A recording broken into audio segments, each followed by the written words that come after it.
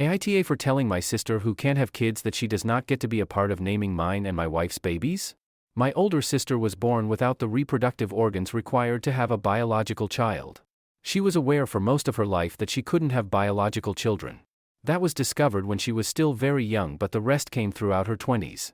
She had dreams of motherhood and had lists of baby names she wanted to use. But she will never be able to use them on children that are hers. What I did not know at the time was she had saved her baby names and was hoping she would get to name or help name my future children. My wife and I are expecting our first child. We haven't announced the sex, but my sister thinks we're having a girl and shared her girl names with us. We thanked her and said we would discuss what the name would be at some point. My sister looked upset by the response and she then shared her boy names thinking she got it wrong. We gave her the same response. My mom suggested a couple of months ago that it would be generous and kind to let my sister have some input. I told her we felt it was better if we named our child ourselves. My wife and I did look at the list, just to see if we liked any of the names. We did not. Names on the lists included Elizabeth, Hannah, Rosemary, and Francesca for girls and James, Edward, Patrick and Michael for boys. Those just aren't to our preference. None of them were, and there were more names. My sister mentioned the names again recently and she said we should pick Elizabeth for a girl and Michael for a boy.